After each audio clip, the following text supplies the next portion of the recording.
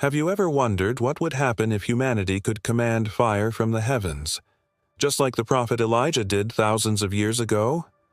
Imagine standing on that ancient mountain, watching the sky split open as flames fell at the sound of a man's voice. It wasn't technology, it wasn't science, it was divine power, raw, uncontrollable, and holy. But today, we have built our own version of that fire, and unlike Elijah's, ours doesn't answer to God, it answers to us.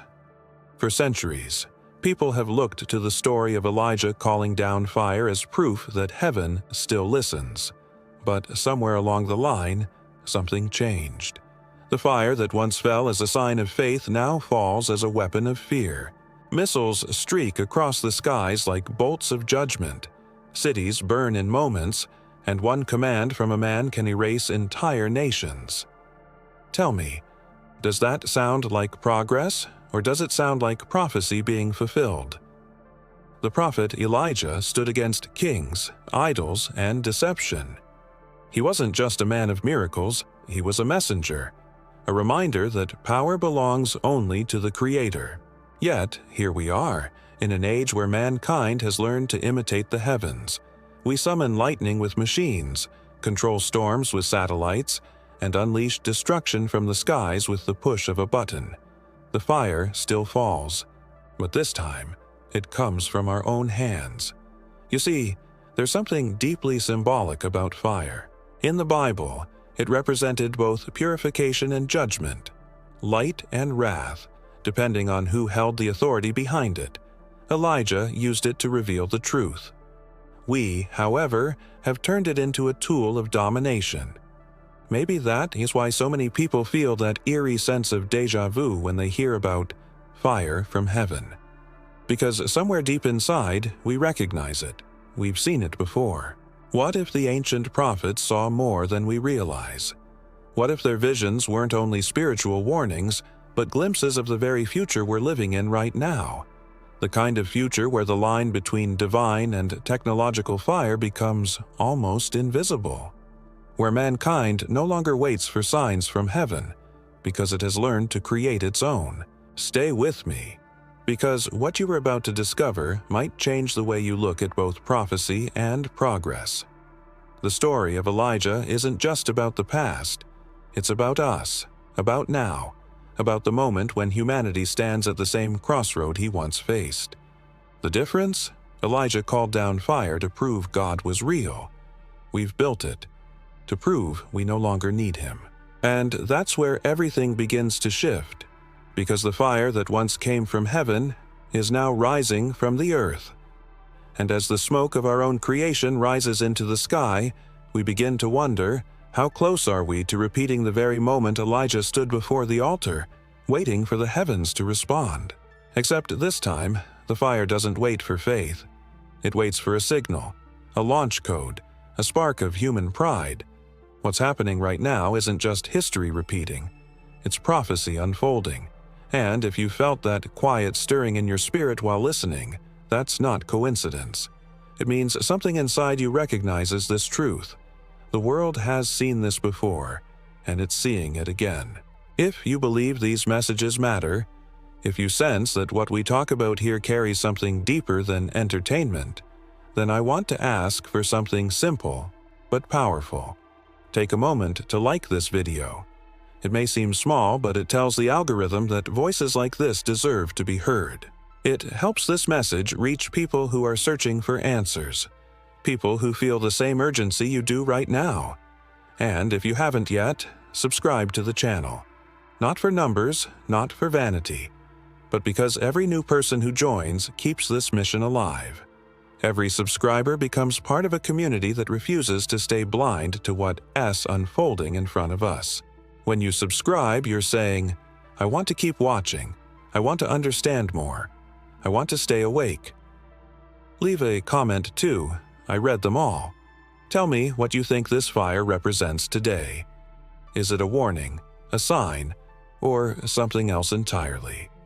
Your thoughts might be the spark that someone else needs to open their eyes, because what comes next in this story will take us even deeper, into the mystery of how an ancient fire once sent by heaven has become the symbol of mankind, as greatest test yet. Elijah's story begins on a mountaintop, not with thunder or spectacle, but with silence. The air was still, the crowd restless, and all of Israel stood divided between truth and illusion. 2 altars, 2 sacrifices, and one question that echoed across the desert winds: if the Lord is God, follow him. It wasn't just a contest of fire, it was a battle for belief, for the very soul of a nation. And as the prophets of Baal cried out from morning until evening, cutting themselves and shouting to a God that never answered, Elijah stood quietly, calm, unwavering, waiting for the moment when truth would no longer need to shout. When his turn finally came, he didn't perform. He didn't scream. He didn't demand attention. Instead, he rebuilt the altar of the Lord with his own hands, stone by stone, as if restoring a forgotten connection between heaven and earth. He poured water over the sacrifice, not once but 3 times, soaking everything, making it impossible for anyone to claim that what was about to happen could be explained by human means. Then, with a single prayer, not a ritual, not a performance, he looked to the sky and simply said, "Answer me, Lord, so that these people will know that you are God." And in an instant, the heavens responded. Fire fell, not a spark, not lightning, but a consuming flame that devoured the sacrifice, the stones, the dust, even the water in the trench. The people fell to their knees. The false prophets were silenced. The truth had revealed itself, not through power, but through obedience. Elijah didn't summon destruction for glory. He didn't command fire to elevate himself. He did it to prove that real authority belongs to the one who created the heavens in the first place. That moment wasn't just about fire, it was about surrender. The prophet's strength didn't come from force, it came from faith. In a world obsessed with control, Elijah's story exposes something we often forget. Divine power isn't about domination, it's about alignment. When a man stands aligned with God's will, even the elements obey. That's the difference between divine authority and human arrogance. One restores life, the other consumes it. Today, we talk about transformation, power, and progress, but few truly understand what those words mean. Elijah didn't seek transformation through invention or intellect. His transformation began the moment he trusted that the impossible was possible, not by his hand, but by God's command. That's something modern minds struggle to grasp. We chase strength in machines, data, and science, but the prophet found it in stillness, in obedience, in the quiet space where faith and action become one. There's a hidden truth buried in this story, a truth that challenges our entire mentality about control. The moment Elijah stepped back and allowed heaven to act, creation itself responded. And yet, in our generation, we've reversed that order. We no longer wait for heaven. We try to replace it. We don't rebuild altars of stone. We build towers of steel. We don't pour water over the impossible to prove God's power. We pour fuel on our own ambitions to prove our worth. But what happens when the fire we call down doesn't purify? It destroys. What happens when the miracles we create start to look more like judgment than progress? The story of Elijah forces us to face a truth most would rather avoid. Not every flame comes from God. Some fires are born from pride, others from fear. And as we stand in an age that commands lightning from machines and energy from the void, the line between divine revelation and human rebellion becomes harder to see. The prophet's challenge still echoes today, whispered not from a mountaintop, but through the noise of our modern world. It asks us to decide what kind of fire we're summoning and what altar we're standing before, because one leads to light and the other to ashes. And somewhere, beyond the smoke of our own creation, that same voice still waits, the one that once answered from heaven, ready to remind us what true power really means. Centuries after Elijah's fire illuminated the skies over Mount Carmel, humanity once again stands at the foot of a mountain. But this time, the fire comes from our own hands. We no longer lift our eyes to the heavens in expectation. We lift satellites, warheads, and drones. The sky that once answered the call of a prophet now trembles under the weight of human invention. We have learned to summon fire with science, not faith. And while Elijah's flame revealed the presence of God, ours too often reveals the absence of Him. The irony is haunting. What Elijah called a miracle, we now call progress. With the press of a button, we can unleash storms of light hotter than the sun itself. Nuclear fire, artificial thunder, controlled destruction. We can rain down power so devastating that even the mountains melt beneath its fury. And yet, beneath all that brilliance, something sacred feels lost, because the difference between divine fire and man-made fire isn't the heat, it's the heart behind it. Elijah's flame descended to restore faith. Ours ascends to prove dominance. It's strange how history loops back on itself. The prophets once warned of fire falling from heaven as a sign of judgment. Now it falls as a byproduct of ambition. Missiles arc across the sky like modern comets, tracing lines of arrogance against the firmament. Each one carries not just the power to destroy cities, but to rewrite the boundaries of morality. When power becomes too easy to summon, humility becomes too easy to forget. That's the silent cost of playing God. The illusion that control is the same as creation. Some call it advancement, others call it destiny. But deep down, we know there's a truth hidden behind the technology, a truth most would rather not face. Every invention, every breakthrough, every machine that mimics the heavens pulls us closer to a dangerous threshold. We are no longer content to explore creation. We want to own it, to redesign it, to rewrite it, from the atom to the human genome, from AI that thinks to weapons that choose targets. We've blurred the line between creator and creation, and the question that echoes through time is the same one Elijah once asked: how long will you waver between two masters? Except now, the masters aren't gods of stone and wood. They're the systems we built, the ideologies we worship, the machines we can't live without. We are surrounded by the fire of our own making, convinced it will light our way forward. But maybe, just maybe, that glow is not illumination. It's incineration. Think about it. The same intelligence that splits atoms for energy also splits nations for power. The same innovation that connects the world can just as easily control it. We've wrapped destruction in the language of progress, wrapped pride in the costume of enlightenment. It's a transformation that feels inspiring on the surface, but beneath it lies a mentality dangerously close to the one that brought judgment in ages past. Because when humanity forgets where its power comes from, it begins to mistake its reflection for the image of God. There's a strange beauty in it all, the way light, fire, and knowledge intertwine. They can reveal, or they can blind. They can ignite faith, or consume it. The same element that once proved divine authority now reflects human ambition.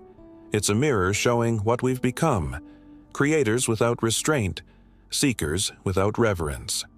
And as the flames of our inventions dance across the horizon, the world begins to resemble that ancient mountain again. Only this time, the prophets are silent, and the fire doesn't wait for prayer. Behind every explosion of progress hides a whisper of warning, a truth we keep trying to bury beneath equations and pride. The moment man began to play God, he also began to rewrite his own judgment. And though the world believes it stands in control, the fire we've built has a will of its own. It doesn't ask for permission. It only responds to the hand that strikes the match, and to the heart that decides whether to burn or to bow. The story of Elijah didn't end on that mountain. It echoed. His fire became more than a miracle. It became a symbol, a warning carried through centuries. From scroll to scripture, from temple to throne, His name whispered across generations as a reminder of what happens when humanity crosses the threshold between faith and pride. Prophets who came after him saw the same vision in different forms: fire descending from the heavens, nations trembling beneath unseen power, a world deceived by its own brilliance. The Bible's prophecies are layered like time itself, repeating patterns that unfold with every new age, and in each repetition the message grows louder. What once was divine has now been imitated by man. In the book of Revelation, John describes something chilling: a figure who performs great signs, even making fire come down from heaven to earth in front of people. For centuries, readers imagined thunderbolts or divine flames. But today, the imagery feels disturbingly familiar. Fire from heaven? That's no longer a metaphor. It's missiles that descend through clouds guided by invisible systems, drones that strike without pilots, lasers that burn from orbit. It's technology performing miracles of destruction before the eyes of men, not to glorify God, but to glorify power. What John saw wasn't just a religious vision, it was a revelation of imitation. A world where false fire would mesmerize humanity, where people would worship the works of their own hands, believing them to be signs of progress. And that's the danger. The deception isn't forced, it's welcomed. We call it innovation. We call it security. We call it evolution. But beneath those words lies something ancient, a truth hidden in plain sight. The same pride that once built Babel now builds algorithms. The same desire that forged idols now programs intelligence. It's the same spirit, only wearing a new face. Prophecy, after all, isn't about predicting dates. It's about revealing patterns. And the pattern hasn't changed. From the moment fire first fell at Elijah's command, humanity has been chasing the secret of that power, the ability to summon the heavens. Yet every time we reach for it, the cost grows higher. The prophets warned of an age when deception would no longer come in words, but in wonders. An age where what once could only be imagined would become real, where light itself would obey human command, and the world would mistake that for divine authority. And here we are, surrounded by marvels that border on the supernatural. We communicate through invisible waves, create digital worlds from code, and harness energies once locked inside the stars.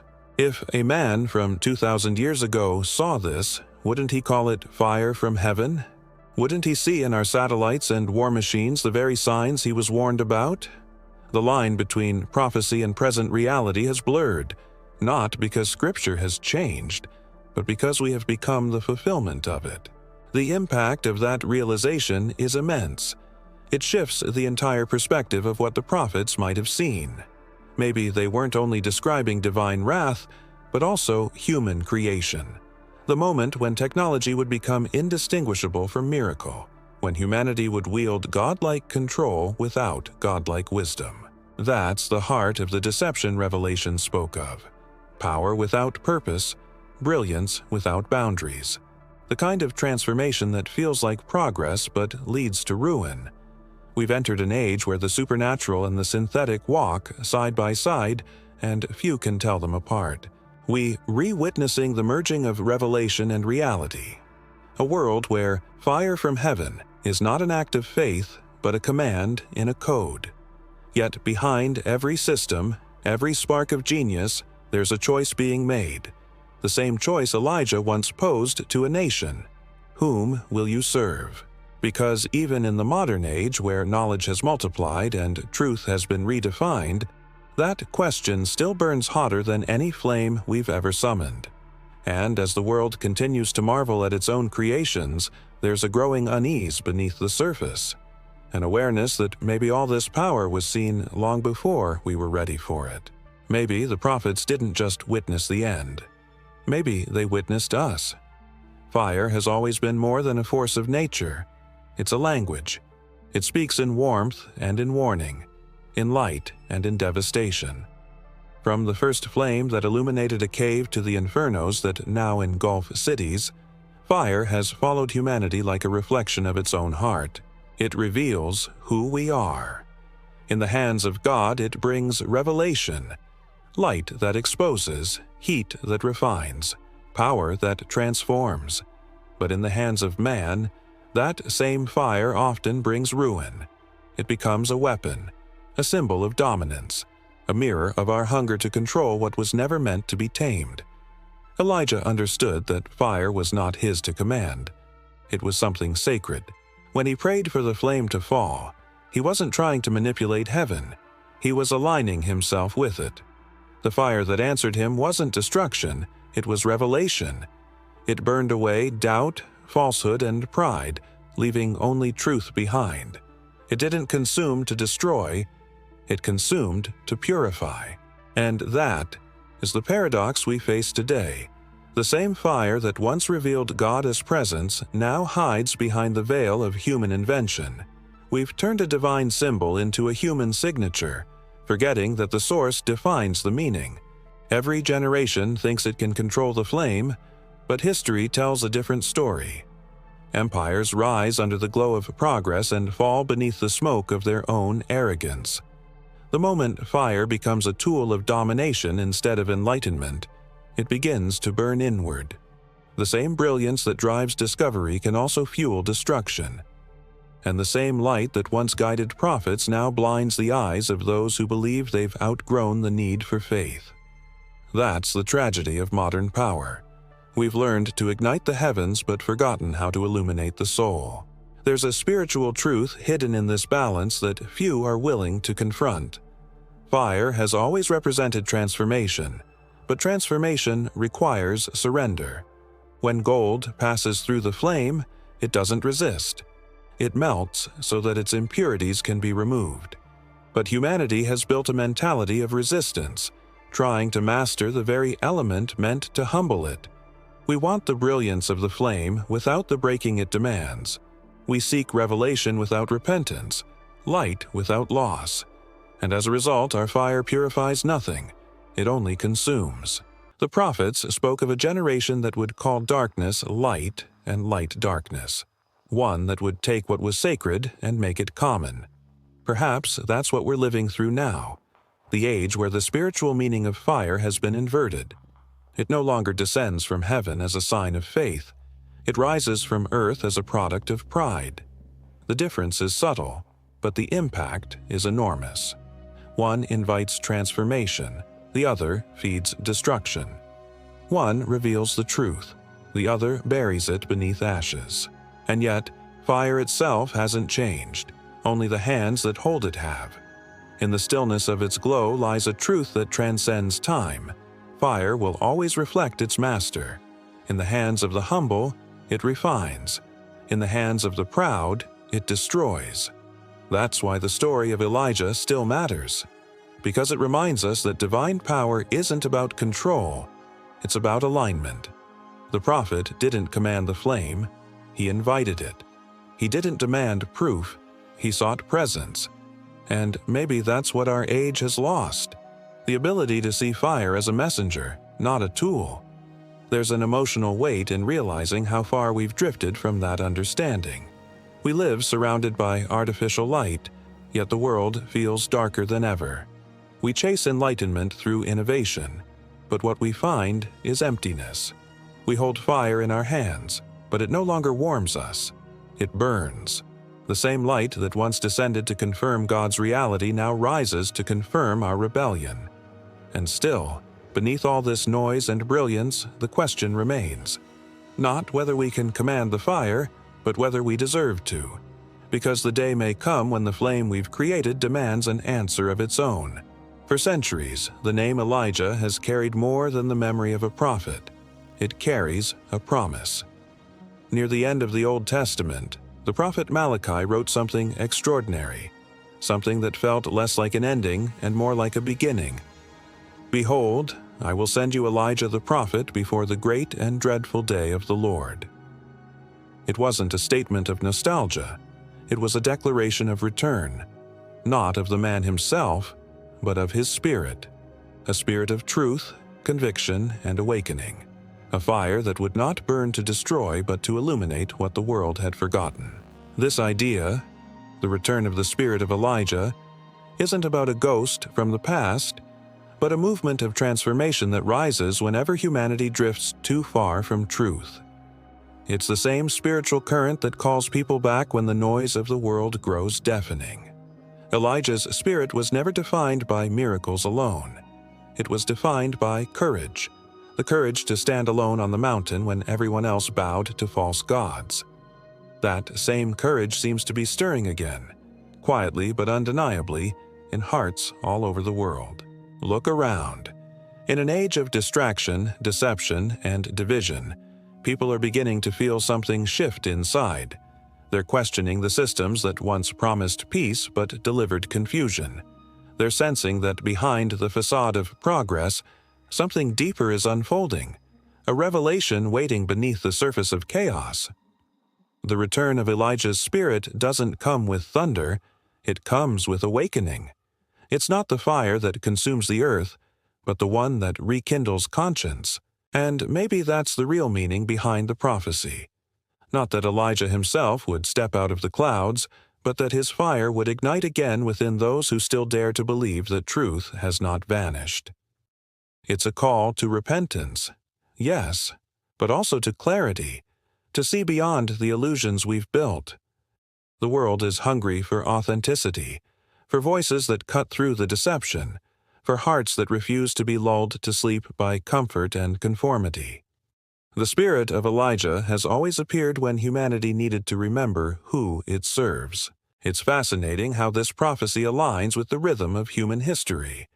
Every time civilization reaches a peak of arrogance, something happens. A shaking, a reminder, a calling back.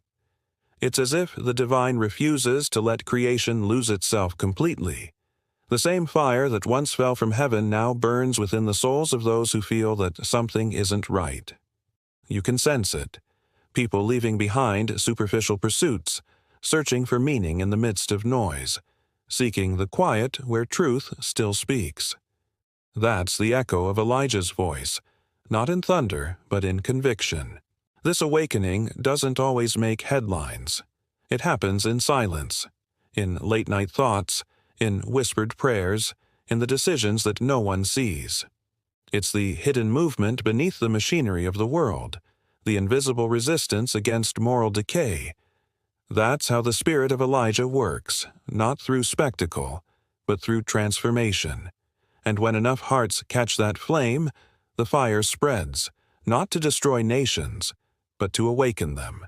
Maybe the prophecy was never about a single man's return, but about a pattern, a divine rhythm that reignites whenever darkness grows too comfortable.